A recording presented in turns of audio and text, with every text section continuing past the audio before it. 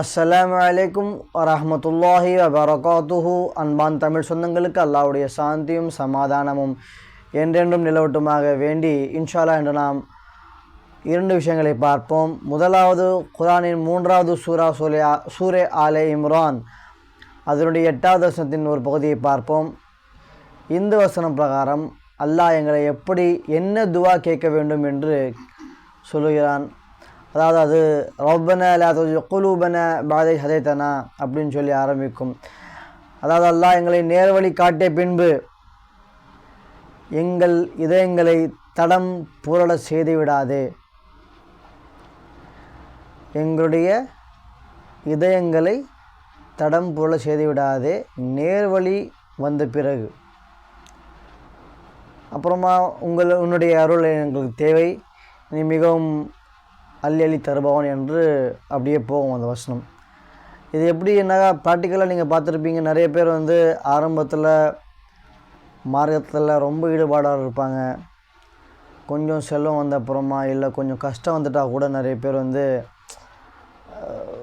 அல்லாஹ் சொல்ல வழியை விட்டுட்டு மற்ற வழியை பின்பற்ற ஆரம்பிச்சிடுறாங்க.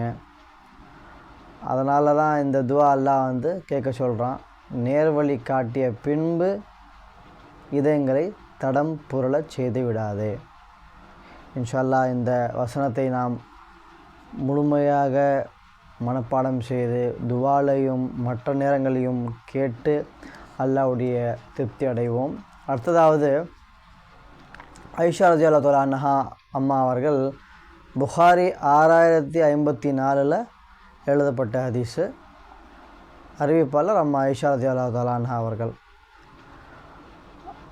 நபிகள் நாயகம் ஸல்லல்லாஹு அலைஹி வஸல்லம் அவர்கள் கூறுவது என்னவென்றால், ஒருவர் மக்கள் மத்தியில் மிகவும் அருவருப்பான விஷயங்களை பேசுவார்.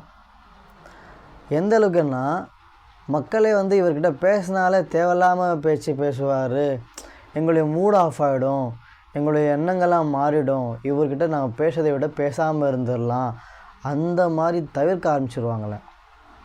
இவங்ககிட்ட பேசுறதே தேவையில்லாத பிரச்சனை, ஏன் இவங்ககிட்ட பேசணும், பேசினா எங்களுடைய ஈமான் கூட குறைஞ்சிரும், நாங்கள் பாவங்களில் போய் சேர்ந்துற மாதிரி ஆகிடும், பாவம் செஞ்ச மாதிரி ஆகிடும் அப்படின்னு சொல்லி ஒரு கருத்து வந்துடும். அந்த மனிதர் மக்களில் தீயவர் என்று நபிகள் நாயகம் ஸல்லல்லாஹு அலைஹி வஸல்லம் அவர்களே கூறுகிறார்கள்.